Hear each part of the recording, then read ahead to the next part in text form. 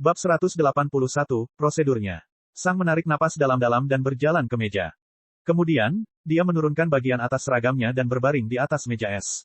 Dari meja, Sang melihat dekan berjalan menuju benda yang tergeletak di ruangan itu. Sang tidak sepenuhnya yakin bagaimana makhluk itu tiba-tiba kehilangan kesadarannya lagi, tapi ini mungkin adalah ulah Duke Warwine. Dekan meletakkan benda itu di atas meja di samping Sang. Meja itu cukup besar. Jangan sampai sadar, kata dekan. Jangan khawatir, jawab Duke Warwine dari samping. Mulai sekarang, Sang tidak bisa melihat dekan lagi karena dia berbaring telungkup di atas meja. Aku akan membuat potongannya sekarang. Apakah kamu siap, Sang? Tanya dekan. Silakan, kata Sang. Sementara itu, Sang menarik napas dalam-dalam dan mempersiapkan mentalnya. Sang tidak melihatnya, tapi dekan mengeluarkan pisau hitam berkilau, yang sepertinya terbuat dari sesuatu seperti obsidian. Kemudian, dekan menempelkan ujung bilahnya ke leher Sang. Sang merasakan dinginnya pedang itu, dan jantungnya mulai berdetak lebih cepat. Dan kemudian, bilahnya masuk ke tubuh Sang. Pemotongannya dilakukan perlahan dan disengaja, hati-hati agar tidak melukai tulang. Sang merasakan sakit yang membakar akibat sayatan yang perlahan terbuka di atas tulang punggungnya. Untungnya, dia bisa menghadapi hal seperti itu. Bahkan tidak seburuk lengan kirinya yang hancur. Di sampingnya, Matteo meringis kesakitan. Dia tidak tahu bagaimana Sang bisa menerima hal seperti itu. Setelah beberapa detik, dekan menarik pisaunya. Sekarang ada luka mulai dari leher hingga punggung Sang. Dekan memasukkan tangannya ke dalam luka terbuka dan menariknya ke samping. Tidak banyak orang yang memiliki kemewahan melihat manusia dikuliti. Kulit dan otot memberikan banyak perlawanan, tetapi kekuatan dekan jauh melampaui kemampuan mereka untuk melawan. Sang menarik napas dalam-dalam melalui giginya yang terkatup. Ini jauh lebih buruk daripada lukanya. Dagingnya ditarik dari tulangnya. Soran, kata dekan. Sang mendengar beberapa langkah dan kemudian merasakan sedikit rasa terbakar datang dari punggungnya. Soran menggunakan mana anginnya untuk menghentikan generasi daging dan kulitmu, kata dekan tanpa emosi. Apapun yang tumbuh kembali akan dipotong. Bagaimana rasa sakitnya? Tanya dekan. Bisa ditanggung, jawab Sang, tapi suaranya terdengar tegang. Itu bagus, kata dekan. Para siswa sebelumnya yang setuju untuk menjalani prosedur ini telah melakukan hal yang jauh lebih buruk daripada kamu hingga saat ini. Dua langkah berikutnya akan menjadi yang paling penting dan paling menyakitkan. Silakan, kata Sang dengan suara tegang. Dekan menyingkirkan pisaunya dan mengeluarkan tombaknya. Sang tidak melihatnya. Kemudian, dekan menaruh tombaknya di bagian tertinggi leher Sang. Ini akan cepat tetapi sangat menyakitkan, kata dekan. Sang menarik napas dalam-dalam dan mengertakkan gigi. Lalu, kepalanya mengangguk. Dan kemudian, tombak dekan mulai berputar seperti bor. CRRRRK. Hanya dalam 1 detik, tombak itu telah melubangi leher Sang, dan itu benar-benar memutuskan semua saraf dari tubuh Sang hingga otaknya. Tepat pada saat itu, sepertinya setiap saraf di seluruh tubuh Sang telah terpotong. Semua saraf di tubuhnya mengirimkan sinyal rasa sakit paling menyakitkan yang bisa mereka kirimkan. Sang berhenti bernapas saat pandangannya kabur. Apakah ini menyakitkan? Rasanya sangat asing. Sepertinya ini bukan lagi rasa sakit. Ini adalah perasaan malapetaka yang tidak bisa dihindari. Sang tidak bisa merasakan apapun selain rasa sakit yang menjalar dari sekujur tubuhnya, meski seluruh sarafnya telah terpotong. Naluri Sang adalah langsung mati. Jika leher seseorang patah, seringkali ia meninggal seketika. Otak menjadi terbebani dengan segalanya dan mati. Sang mengertakkan gigi dan menumbuknya sampai dia bisa merasakan serpihannya dengan lidahnya. Mata Sang terbuka lebar. Lebih buruk lagi, Sang tidak bisa bernapas lagi. Kamu bisa bertahan 10 menit lebih tanpa udara. Jangan panik, kata dekan datar. Prosedurnya akan selesai saat itu. Sang baru saja mendengar suara dekan. Kamu masih terjaga. Itu bagus. Belum ada seorang pun yang berhasil sampai sejauh ini. Kamu tidak akan merasakan apa yang aku lakukan di sini dengan sarafmu yang terpotong, kata dekan. Kamu hanya harus menunggu dan bertahan. Sang kesulitan mendengar suara dekan, tapi dia sudah memahami bagian terakhir.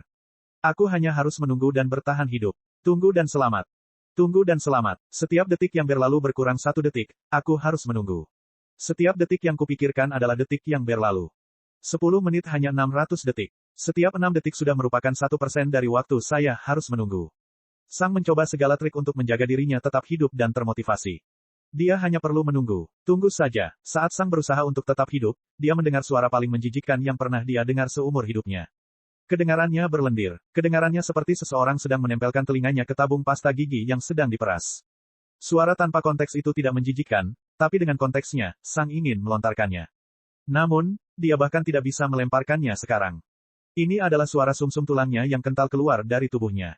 Sang merasakan getaran suara melewati seluruh tubuhnya, dan pandangannya semakin kabur. Suaranya hampir lebih buruk daripada rasa sakitnya. Sumsum tulangnya diambil, kata dekan setelah suara berhenti. Sang melihat benda di atas meja menghilang dari jangkauan penglihatannya saat dekan mengambilnya. Sang mendengar beberapa suara berderak dan pecah. 10 detik kemudian, suara itu berhenti. Sang, konsentrasilah pada lengan kirimu. Tubuhmu pulih terlalu cepat, dan sulit bagiku untuk mengikutinya. Soran berkata dengan suara tegas. Sang telah kehilangan konsentrasinya, dan mananya mengalir deras ke punggungnya. Sang terus menggertakkan giginya sambil memaksakan pikirannya untuk fokus pada lengan kirinya. Bagus. Tetap seperti itu, kata Soran. Tamparan. Bangun. Sang mendengar Duke Warwine berteriak dengan suara tertahan. Mateo kehilangan kesadarannya, dan Duke Warwine menamparnya hingga bangun. Kamu harus terbiasa dengan hal-hal seperti itu. Duke Angin Puyuh menegur. Matthew Wu tidak menjawab. Kepala Sang mengalihkan pandangan dari Duke Warwine dan Mateo, itulah sebabnya dia tidak melihat mereka sekarang. Setelah beberapa saat, Sang merasakan getaran menjalar ke sekujur tubuhnya, dan suara hentakan kembali terdengar. Sang tidak merasakan sakit yang lebih atau kurang dari sebelumnya. Sumsum diganti, kata dekan dingin. Penggantian tulang sebagian adalah yang berikutnya. Retakan, retakan. Sang merasakan kekuatan dahsyat satu demi satu bergetar di sekujur tubuhnya. Mendering, mendering. Kemudian, Sang mendengar suara potongan tulang terlempar ke lantai. Saat ini, dekan sedang memotong bagian atas setiap tulang belakang Sang. Setelah banyak suara retakan, dekan meletakkan bagian tulang belakang benda itu di atas tulang belakang Sang. Kemudian, dekan mengeluarkan kristal berisi light mana dan menempelkannya ke bagian ini untuk menggabungkannya. Ini adalah bagian terpanjang, dan memakan waktu lebih dari 3 menit. Setelah dia selesai, dekan melihat bagaimana kinerja tulang belakang Sang. Potongan-potongan kecil tulang dari benda itu perlahan-lahan berubah bentuk dan beradaptasi dengan tubuh Sang. Saat ini terjadi, tulang Sang mulai berubah warna. Tulang benda itu berwarna hitam, dan tulang punggung Sang juga menjadi hitam sekarang. Setelah dekan melihat bagaimana tulang belakang Sang bertindak, dia menggunakan kristal yang berisi light mana untuk menutup semuanya dari rendah ke tinggi. Semenit kemudian, seluruh punggung Sang tampak seperti tidak terjadi apa-apa, kecuali tombak yang mencuat dari lehernya. Dekan juga menaruh kristal di lengan kiri Sang untuk menyembuhkannya. Terakhir, dia menaruhnya di tubuh Sang hingga energi kehidupannya terisi kembali. Semua yang terjadi mulai sekarang hanya bersifat teoritis, kata dekan sambil memegang tombaknya. Segala sesuatunya tampak berjalan dengan baik. Aku sudah melakukan semua yang aku bisa. Selebihnya terserah padamu, Sang, kata dekan. Dan kemudian, dia mengeluarkan tombaknya. Kulit dan daging Sang tertutup. Kemudian lubang di punggungnya diperbaiki. Dan terakhir, pikiran Sang bersentuhan dengan tubuh barunya. Dan neraka pun tiba. Bab 182, sukses. Semuanya terbakar. Setiap bagian dari dirinya terbakar. Sumsum tulang asing bersentuhan dengan bagian terakhir sumsum tulang Sang yang langsung masuk ke otaknya. Alam bawah sadar Sang mengeluarkan perintah untuk memperbaiki segalanya, dan sumsum tulangnya menurutinya. Sumsum tulang menghasilkan banyak darah dengan membakar mana Sang, tapi semua ini adalah darah asing. Ketika darah asing itu bersentuhan dengan tubuh Sang, darah asing itu mulai menghancurkan materi yang tidak cocok itu. Darah Sang pada dasarnya membakar seluruh tubuhnya. Pada saat yang sama, dekan menaruh banyak kristal berbeda yang berisi mana cahaya di berbagai bagian punggung Sang. Ketika dia melihat tubuh Sang bergerak, dia menekannya. Dia tidak bisa membiarkan Sang bergerak saat ini. Sang berteriak dengan suara melengking, dan itu membuat Mateo dan Soran merasa tidak nyaman. Bagi mereka, tidak mudah mendengar pekikan yang begitu menyakitkan. Mana dan energi kehidupan Sang dengan cepat habis, tetapi kristal cahaya langsung mengisinya kembali. Di samping, Duke Warwine mengerutkan kening. Sepertinya prosedur ini hanya berhasil pada orang yang bertubuh pejuang. Light mana sendiri tidak cukup untuk menyembuhkan semuanya, dan memerlukan mana netral tambahan dari tubuh. Sang bahkan tidak mendengar Duke Warwine. Rasa sakitnya terlalu parah. Ini bahkan lebih buruk daripada prosedurnya sendiri. Menit berikutnya, seluruh tubuh Sang mulai terbakar dari dalam, dan Sang mulai muntah darah seteguk demi seteguk. Tubuhnya membuang seluruh bagian tubuhnya yang hancur melalui mulutnya. Di bumi, hal seperti ini tidak akan berhasil, tetapi dengan mana, banyak hal yang mustahil menjadi mungkin. Sang mulai muntah semakin banyak, dan selama 5 menit berikutnya, dia memuntahkan lebih dari 10 liter darah dan darah kental. Untungnya, mana miliknya terus menyembuhkannya. Akhirnya, beberapa bagian tubuhnya mulai beradaptasi dengan darah asing tersebut. Mereka mengambil sifat-sifat darah asing dan mulai bekerja sama dengannya untuk menghancurkan segalanya. Pada saat itu, muntahan Sang semakin parah. Aliran darah kental yang hampir konstan keluar dari mulutnya, dan dia tidak ingin melakukan apapun selain berhenti dan benar-benar bernapas. Setengah jam kemudian, semua darahnya telah diganti. 10 menit kemudian, seluruh organnya telah diganti. 10 menit kemudian, semua ototnya telah diganti. Kemudian, sarafnya diganti. Dan akhirnya, pikiran Sang pun tergantikan. Sang sudah kehilangan kesadaran ketika benda asing menyerang pikirannya saat potongan otak dan darah mengalir keluar dari hidungnya. Pada titik ini, tidak penting lagi baginya untuk tetap terjaga. Tubuhnya sudah berubah total, dan 10 menit kemudian, semuanya berhenti. Di dekat sisi ruangan, lebih dari 10 ember telah diisi dengan semua yang dimuntahkan Sang. Kesunyian. Orang-orang di ruangan itu berjalan ke arah Sang. Dekan dan Duke Warwine menguji tanda-tanda vital Sang dan memeriksa tubuhnya. Masih hidup, kata Duke Warwine sambil tersenyum. Dia melakukannya. Menurut teori, kata Dekan, pikirannya seharusnya tidak berubah. Seharusnya mengalami penggantian secara bertahap, dan neuronnya seharusnya tetap sama tetapi dengan sifat yang berbeda. Neuron, Duke Angin Puyuh bertanya, apakah ini kata lain yang kamu buat? Anda bisa menganggapnya seperti itu, kata Dekan. Duke Warwine tidak mengetahui bahwa Dekan adalah jiwa dari dunia yang berbeda. Para penyihir di dunia ini tahu banyak tentang pikiran, tapi mereka tidak tahu tentang konsep neuron. Dari waktu ke waktu, Dekan mengucapkan beberapa kata asing di dunia ini, yang membingungkan Duke Warwine. Semuanya tampaknya beres, kata Dekan setelah beberapa detik menyelidiki Sang. Gerald, menurutku itu saja yang menarik hari ini. Mungkin ada hal lain yang harus kamu lakukan. Duke Angin Puyuh, Gerald, mengangguk. Saya harus kembali sebelum orang mulai curiga. Saya akan memberitahu Anda bagaimana keadaan anak itu nanti, kata Dekan. Kedengarannya bagus. Jika kamu butuh sesuatu, beritahu aku, kata Duke Warwine. Dan George. Ya, Dekan, George bertanya. Kamu telah menulis sejarah hari ini, kata Duke Warwine sambil meletakkan tangannya di bahu Dekan. Dekan hanya melihat ke arah Sang yang tidak sadarkan diri. Ketika dia mendengar kata-kata Duke Warwine, dia merasa aneh. Sepertinya ini tidak mungkin benar. 20 tahun penelitian. 20 tahun percobaan yang gagal dan revisi prosedurnya. Dan sekarang, akhirnya berhasil. Dia masih tidak percaya. Tetapi ini baru langkah pertama, kata Duke Warwine. Selanjutnya, Anda perlu menemukan cara untuk mengurangi rasa sakitnya. Setelah itu, Anda perlu menemukan cara agar orang tanpa tubuh pejuang dapat menjalani prosedur ini. Tetapi hari ini, kamu telah mengambil langkah pertama dan tersulitmu. Kamu melakukannya dengan baik, sobat lama, kata Duke Warwine dengan suara yang memberi semangat dan bangga. Kamu harus bangga pada dirimu sendiri, guru, kata Soran dari samping sambil tersenyum. Kamu telah bekerja keras dan lama untuk ini. Ini akan membuat keseimbangan dunia menjadi kacau, kata Wakil Dekan Ranos dari samping.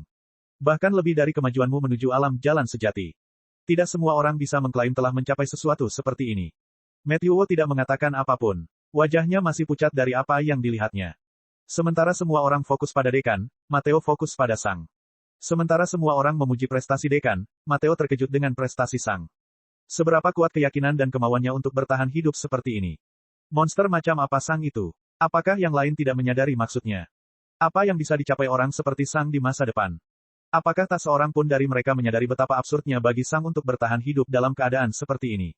Pada saat ini, lingkaran ajaib di benak Matteo menuliskan semua yang dia ketahui tentang Sang secara detail. Ini mungkin informasi terpenting yang pernah diterima Matteo sepanjang hidupnya. Akhirnya, semua orang kecuali Dekan meninggalkan ruangan. Dekan akan menunggu di sini sampai Sang bangun. Soran memiliki sekolah untuk dijalankan. Ranos memiliki kelas untuk diajar. Matthew Wu harus belajar. Banyak hal yang harus dilakukan Duke Warwine. Dekan adalah satu-satunya yang punya waktu untuk tinggal di sini. Maka, dia menunggu Sang bangun. Dan dia menunggu. Dan menunggu. Dan 20 jam kemudian, penantiannya berakhir. Sang membuka matanya, dan saat dia melakukannya, dia merasakan semua sensasi asing. Aku selamat. Bab 183, Kekejian. Sang membuka matanya dan melihat sekeliling ruangan. Tampak lebih cerah dari sebelumnya. Namun, Sang yakin tidak ada lagi cahaya di ruangan itu. Penglihatanku membaik, pikir Sang. Saat ini, Sang tidak menyesali prosedurnya lagi. Selama itu, dia sangat menyesalinya. Bagaimanapun, dia harus melalui begitu banyak rasa sakit. Tapi sekarang, semuanya sudah berakhir, dan Sang akan menuai hasil dari rasa sakit dan penderitaannya.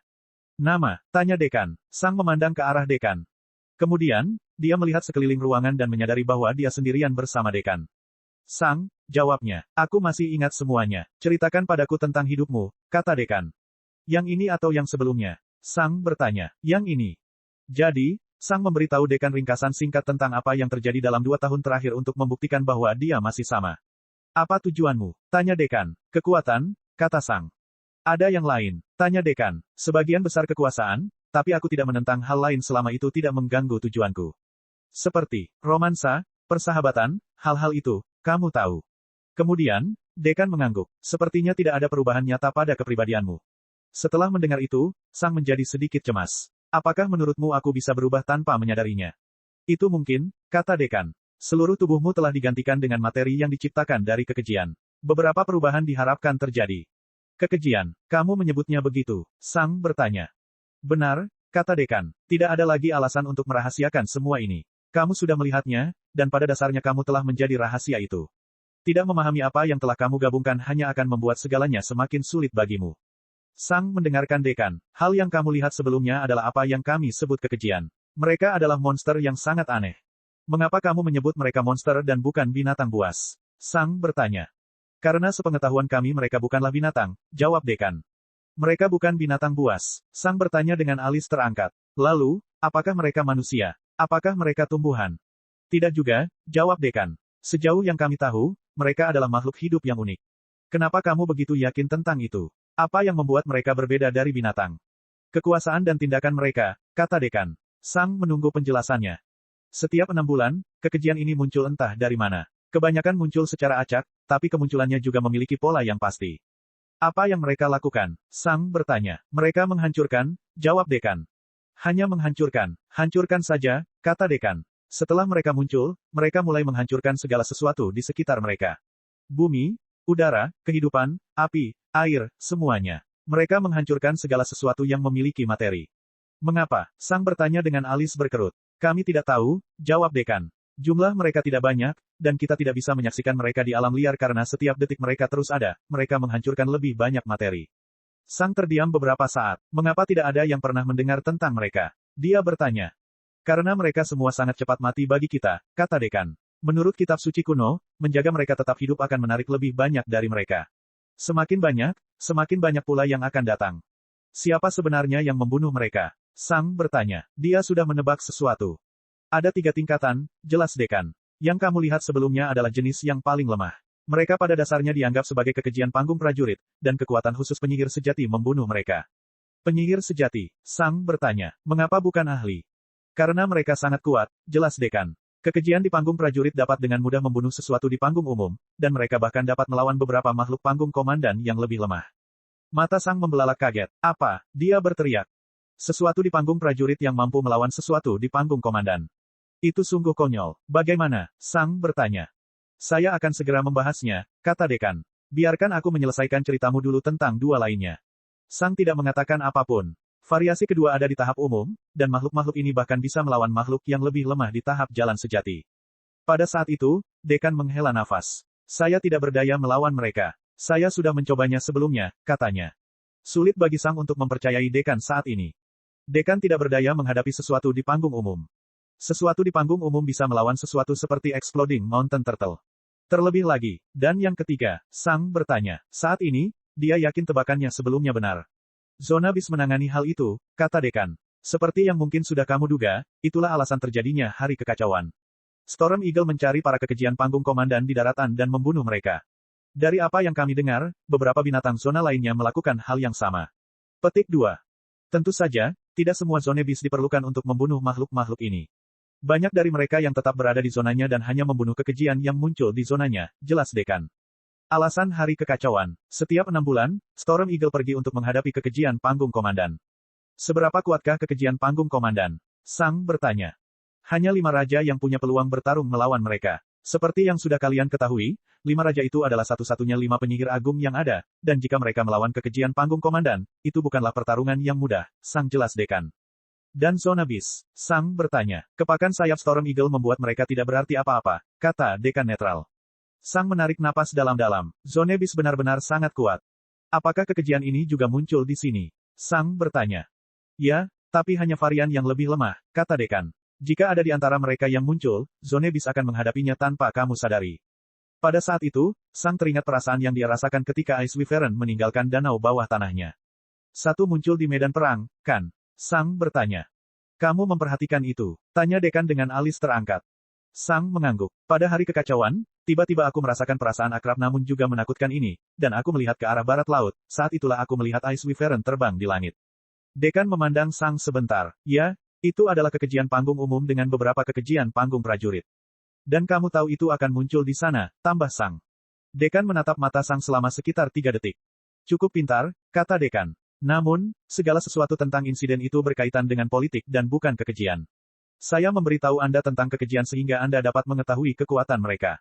Lagi pula, Anda mungkin memiliki kekuatan khusus mereka sekarang. Hal spesifik dari insiden itu adalah politik, dan itu bukan sesuatu yang akan kuberitahukan padamu. Sang mengangguk, tapi dia tidak senang. Jadi, apa kekuatan mereka? Apa yang membuat mereka begitu kuat? Sang bertanya. Kekejian memiliki kekuatan tertentu dan unik, yang menurutku juga bisa disebut afinitas, kata dekan. Setelah kamu memberitahuku apa yang dia katakan kepadamu, aku sudah curiga bahwa kamu berbagi kedekatan ini dengan kekejian. Yang, Sang bertanya dengan tidak sabar. Mereka bisa mengubah materi menjadi mana? Bab 184, Mana Alami. Ubah materi menjadi mana? Sang bertanya dengan kaget. Dekan mengangguk. Tentu saja, tingkat kekuatan mereka sangat bervariasi. Yang terlemah hanya bisa mengubah elemental mana menjadi mana alami, tapi mereka kesulitan dalam menghancurkan materi yang kuat. Sang menggaruk dagunya sambil berpikir. Dan sumber listriknya. Itu masalahnya. Bervariasi. Bervariasi. Sang bertanya dengan alis terangkat. Yang lebih lemah akan semakin lemah saat mereka menggunakan kekuatan mereka, tapi mereka yang berada di panggung komandan sudah bisa menciptakan tingkat kehancuran tertentu di sekitar mereka tanpa melakukan apapun. Kedengarannya familiar. Sang mengangguk ketika dia mulai berpikir. Kedua hal ini terkait dengan cara kerja afinitas saya. Yang lain menggunakan mana untuk melepaskan afinitasnya, yang berarti mana adalah sumber kekuatan mereka. Sementara itu, secara teknis saya tidak menggunakan mana saya sendiri dengan afinitas saya. Jika saya tidak terluka oleh ledakan es dan api, secara teoritis saya bisa melepaskannya terus-menerus dengan seluruh kekuatannya tanpa perlu istirahat. Di satu sisi, aku menggunakan mana di sekitarku sebagai sumber kekuatanku, yang secara teknis berarti sumber kekuatanku sama kuatnya dengan lingkungan di sekitarku. Bagian lainnya juga sangat mirip. Orang dan binatang lain tidak terluka saat mereka menggunakan afinitasnya. Sementara itu, aku dan kekejian yang lebih lemah melakukannya. Itu karena kekuatan itu bukan milikku. Saya menyalurkan kekuatan orang lain, itulah sebabnya hal itu melukai saya. Seseorang dengan afinitas api dapat melepaskan apinya sendiri tanpa masalah apapun, tetapi jika orang lain melemparkan bola api ke arah mereka, bola api itu akan tetap meledak. Selain itu, Sang teringat saat dia menyentuh tanduk rusa danau beku dan saat dia menyentuh kayu es. Aku juga menyerap ais mana dan mengubahnya menjadi natural mana. Namun, kedua kasus ini hanya bisa terjadi karena ais mananya murni. Aku melawan banyak monster dengan ais affinity, dan saat mereka menggunakan serangan, itu masih menyakitiku. Mungkin ada hubungannya dengan seseorang yang mengendalikan ais mana atau tidak. Kayu es sudah mati, dan rusa danau beku menyimpan mana es murni di tanduknya. Sang melihat ke langit-langit. Saya kira secara teoritis saya bisa menyerap mana es penyihir es selama itu disimpan di luar tubuh mereka. Tentu saja itu tidak akan terjadi. Afinitasku tidak mendapatkan kekuatannya dari diriku sendiri, dan ketika aku menggunakannya, aku terluka, kata Sang setelah berpikir beberapa detik. Benar, kata dekan. Di satu sisi, kamu sudah memiliki kekuatan yang mirip dengan kekejian. Tentu saja, masih ada perbedaan tertentu antara mereka dan kamu. Setidaknya begitulah sebelumnya, kata dekan penuh minat. Sang mengangguk. Lalu, dia melihat lengan kirinya. Saya ingin tahu apa yang bisa saya lakukan, kata Sang. Pertama, uji apakah kemampuan lamamu masih berfungsi, kata dekan. Sang mengarahkan lengan kirinya ke samping. Bang! Bang! Dia merilis Ice Blast dan Fire Blast secara berurutan. Benar saja, lengan Sang pada dasarnya hancur lagi. Jadi, itu tidak berubah, kata dekan. Namun, Sang tidak langsung menjawab sambil melihat lengannya dengan alis berkerut. Sang memperhatikan lengannya perlahan pulih. Dekan mengangkat alisnya melihat tindakan Sang yang penasaran, tapi dia tidak mengatakan apa-apa. 30 detik kemudian, lengan Sang sembuh total. Itu memakan waktu lebih lama dari sebelumnya, kata dekan. Kamu memiliki tubuh seorang pejuang. Kamu dapat menyembuhkan lenganmu dalam waktu kurang dari 1 detik dengan menggunakan mana milikmu sendiri. Mengapa kali ini berbeda? Sang memalingkan muka dari lengannya dan menatap dekan. Saya tidak menggunakan mana saya, kata Sang. Kilatan muncul di mata dekan. Kamu tidak menggunakan kemampuan tubuh prajuritmu. Dia bertanya. Sang mengangguk. Dekan menyipitkan matanya. Jadi, kamu berhasil menyembuhkan lenganmu yang hampir hancur total dalam 30 detik tanpa menggunakan mana. Sang mengangguk lagi. Apa yang digunakan untuk memperbaiki lenganmu? Tanya dekan. Alih-alih menjawab, Sang memejamkan mata dan fokus pada sekelilingnya. Dia menyadari sesuatu yang aneh ketika lengannya sedang dalam masa penyembuhan. Dekan tidak menyela Sang dan hanya menunggunya. Sekitar 1 menit kemudian, Sang membuka matanya dengan ekspresi terkejut yang menyenangkan. Kamu tahu bagaimana penyihir dan prajurit dengan afinitas tertentu bisa merasakan lingkungan sekitar mereka jika elemental mana semacam itu sangat umum? Sang bertanya. Dekan mengangguk. Ini disebut mana sense. Semakin kuat yang kamu dapatkan, semakin luas jangkauannya dan semakin jelas gambarannya. Ketika pikiranmu mencapai tingkat seorang adept, pada dasarnya kamu dapat menggunakannya di mana saja karena setiap jenis mana hadir setidaknya dalam jumlah tertentu. Petik 2. Yah, kata Sang. Aku punya itu. Tapi dengan mana alami. Mata dekan melebar karena terkejut. Dengan mana alami? Dia bertanya. Sang mengangguk. Aku tidak menyadarinya sebelumnya, tapi aku bisa merasakan mana alami di sekitarku. Dekan mengerutkan kening. Jadi, afinitasmu adalah pada mana alami. Aku tidak tahu, jawab Sang. Lagi pula, aku tidak memerlukan sumber mana yang berbeda untuk itu. Selain itu, aku tidak bisa menggunakan sumber mana bumi dan logam. Dekan mengelus janggutnya sambil berpikir. Di satu sisi, ini tidak banyak berubah. Aku sudah menduga bahwa kamu memiliki semacam afinitas penyeimbang mana. Api dan es adalah hal yang berlawanan. Terang dan kegelapan adalah hal yang berlawanan. Angin dan bumi tampak seperti hal yang berlawanan, namun sebenarnya tidak. Jika api menyentuh es, salah satu dari keduanya akan hancur. Jika angin menyentuh bumi, mereka tidak berinteraksi satu sama lain. Jadi, afinitasmu ada hubungannya dengan peningkatan atau penurunan kekuatan, dan jika kamu juga menerima kemampuan kekejian, kamu juga seharusnya bisa mengubah semuanya menjadi mana alami. Namun, masih ada hal yang sangat penting, kata Dekan. Jika Anda memiliki afinitas terhadap mana alami, Anda akan dapat mengubah mana alami dan memanfaatkannya. Tetapi sebenarnya semua orang sudah bisa melakukan itu. Itulah inti dari mana alami. Itu bisa digunakan oleh semua orang dan diubah menjadi segalanya. Kamu juga tidak bisa benar-benar mengubahnya menjadi apapun yang bukan keempat afinitasmu. Selain itu, kamu akan terluka setiap kali menggunakannya. Afinitas tidak melukai penggunanya, itulah sebabnya kamu tidak dapat memiliki afinitas untuk mana alami. Ada banyak pertanyaan dan ketidakkonsistenan dengan afinitasmu. Sepertinya itu tidak ada. Atau, kata Dekan sambil memandang ke arah Sang. Anda belum menjadi cukup kuat untuk melawan dampak negatifnya. Sang memikirkan kembali apa yang Dekan katakan padanya. Kekejian panggung komandan dapat menghancurkan segala sesuatu di sekitar mereka tanpa terluka atau menggunakan sumber listrik apapun. Afinitas macam apa itu? Mengubah segalanya menjadi mana alami. Apakah kamu mendapatkan kemampuan baru lainnya, selain penyembuhan cepatmu? Tanya Dekan. Sang memandangi lengan kirinya dan mencoba merasakannya. Sebelum prosedur ini dilakukan, gambaran visualisasi afinitas Sang adalah lingkaran api dan es yang berputar dan dikelilingi oleh lingkaran kegelapan dan cahaya yang berputar. Sekarang, warnanya hanya hitam. Terlebih lagi, kegelapan itu tidak terasa seperti hitam. Warnanya hitam berbeda, rasanya kosong. Saat Sang berkonsentrasi pada lengan kirinya, dia merasakan semacam kekuatan. Dia tidak tahu apa yang bisa dilakukannya. Jadi, Sang memutuskan untuk mencobanya. Dia meletakkan tangannya di atas meja yang dia duduki. Bab 185, Antimateri. Saat Sang meletakkan tangannya di atas meja, dia memanggil kekuatan di dalam dirinya. Dia merasakan power steering, tapi kemudian, dia berhenti. Tepat sebelum kekuatannya diaktifkan, Sang merasakan malapetaka. Nalurinya mengatakan kepadanya bahwa dia tidak boleh melakukan itu. Mereka mengatakan kepadanya bahwa sesuatu yang buruk akan terjadi jika dia menggunakannya. Sepertinya Sang berada di depan monster panggung komandan yang sedang tidur, dan menggunakan kekuatannya sama saja dengan menusuknya. Singkatnya, Sang merasa dia akan terbunuh jika dia menggunakannya. Dekan memandang ke arah Sang dan memperhatikan perubahan halus di wajahnya. Setelah beberapa detik, Sang menarik lengan kirinya ke belakang. Sama dengan kekejian yang lemah. Tanya Dekan. Dekan telah membuat tebakan yang kuat, dan Sang membenarkannya dengan mengangguk. Jadi, singkatnya, kamu masih terlalu lemah untuk memanfaatkan afinitasmu yang sebenarnya, kata Dekan. Sang mengangguk. Aku ingin mengujinya, tapi sebelum aku bisa melakukannya, aku merasakan perasaan kematian mendekat. Ini memberitahuku bahwa aku akan menyesal selamanya menggunakannya. Dekan mengangguk. Kekejian yang lebih lemah juga sama. Hampir semuanya mati dalam pertempuran, tapi beberapa kali, tim yang datang untuk membunuh mereka datang terlambat. Sangat terlambat, Sang bertanya. Dekan mengangguk. Kami tidak bisa tiba di mana-mana sekaligus, dan terkadang, tim datang terlambat. Jika terlambat, mereka akan menemukan lubang besar. Dan tidak ada kekejian. Tidak ada kekejian, Sang bertanya, dan dia segera menyadari apa maksudnya. Kamu mengatakan bahwa kekejian yang lebih lemah akan semakin lemah dengan setiap penggunaan kekuatan mereka. Apakah kamu bermaksud mengatakan bahwa ketika mereka semakin lemah, mereka akan tetap lemah? Tidak ada cara untuk mengisi kembali energi mereka. Dekan mengangguk. Kekejian yang lebih lemah menghancurkan segala sesuatu di sekitar mereka sampai mereka sendiri tidak ada lagi. Mereka pada dasarnya adalah sebuah bintang. Api mereka menghancurkan banyak hal, tetapi setiap detik mereka terbakar, mereka menghabiskan bahan bakarnya. Selain itu, bintang-bintang di dunia lama kita juga kehilangan sebagian besar masanya saat terbakar.